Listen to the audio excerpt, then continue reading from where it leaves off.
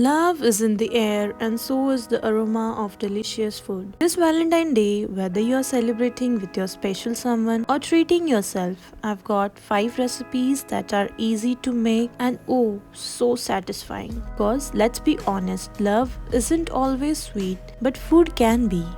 Let's start with hard pancakes. In a bowl, mix flour, powdered sugar, baking powder, baking soda, and a pinch of salt. The basics of good pancake. Now, since we are keeping this eggless, I'm using buttermilk for that perfect fluff. Instead of butter, I added melted ghee. And guess what? It totally worked. It gave the pancakes a rich, delicious flavor. Whisk everything up until smooth. This smells so good, like Sunday mornings, cozy hugs, best pancakes. Pour the batter into piping bags, but be careful because the batter starts dripping down. Been there, done that, so don't overfill the piping bag. I free-handed the hard chips on the pan, and even though they were not perfectly perfect, so basically no eggs, no golden tan pancakes, but the taste was so good. Here's what my kitchen looks like after making these pancakes. Every bit of this mess is worth it. And there she goes, making hearts out of everything. So, anything that involves strawberries, my brain immediately links it to love. I mean, doesn't it do the same to you, or is that just me? For the toppings, freshly chopped strawberries, not just chopped but heart-shaped chopped strawberries, dusting of powdered sugar, and a drizzle of honey or some chocolate maybe. And just like that, breakfast is served. Do you know why do we celebrate Valentine's Day? Okay, on to the second recipe. But before we get started, let's talk about why we celebrate Valentine's Day. It's more than just flowers and chocolates, right? It actually goes back to a bit of history and legend. The most popular story is about Saint Valentine, a Roman priest from 3rd century. Alright, back to the kitchen. We are making heart-shaped bread with an egg yolk in the center. Talk about the perfect way to show love, right? So I started by cutting the hard chips out of the bread and then buttering the pan. Place the bread in the pan and carefully crack the egg into the bread, hoping that perfect gooey yolk will stay in the place. But of course, the first attempt was a bit of disaster. The egg just ran all over the bread. It's like the bread just couldn't contain it. But you know what? We don't give up here. For round 2, I stacked 3 slices of bread and cracked the egg into the middle. Now it's staying put, but it wasn't quite the gooey yolk I was imagining. Now, here's where it gets interesting. I dipped one of the heart-shaped pieces in the yolk and heart turned yellow. I thought, okay, I can work with this. And hey, it still looked cute even if it wasn't exactly what I had in mind. Presenting my beautiful love-filled breakfast. Looks like even my cutlery is falling for this dish.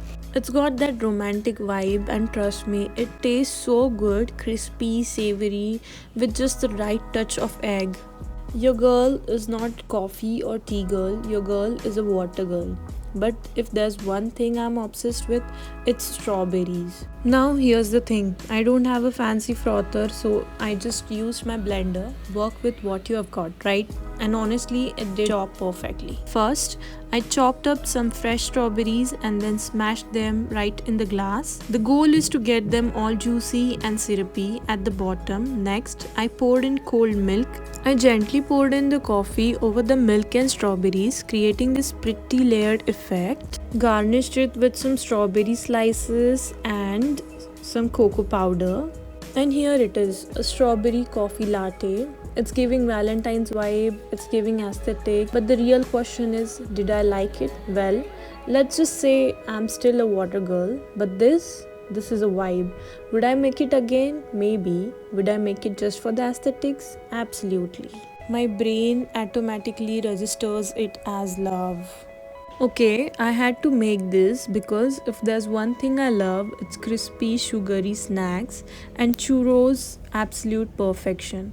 But of course, since it's Valentine's season, I had to make them heart-shaped.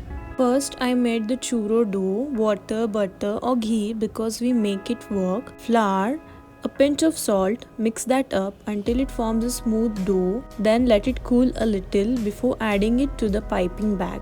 Did you know churros actually came from the shepherds in Spain? And guess what? The name churro comes from the chura sheep because the ridges of the churros look like their horns. Imagine naming a desert after a sheep. Iconic. Now, piping perfect hearts, yeah, not easy as I thought, but after some shaky handed attempts, I made it work. Level 1 shaky hand, slightly wonky heart. Level 2 getting better. Level 3 perfection unlocked. Here's a little hack. Before frying, I froze the piped heart for 10 to 15 minutes. This helps them hold their shape when they hit the oil so they just don't turn into churro blobs. Mission freeze and hold shape. Success. Then I deep fried them until they were golden brown and crispy. Achievement unlocked. Perfectly fried churros. Trust me, the smell, instant happiness. While they were still warm, I coated them in cinnamon sugar. Churros made their way to Latin America where they got even fancier, stuffed with chocolate and caramel. Either way, they taste like love. Okay, this one is so simple yet so cute. I'm calling it Love Bite Sandwich because it's literally love on a slice of bread. First, cut out heart shapes from the bread because at this point I'm just making hearts out of everything. Spread favorite sauce over it. Use whatever you love. Next, layer cucumber slices, tomato slices, and a heart-shaped lettuce leaf. For final touch, sprinkle some chili flakes because every love story needs a little spice, right?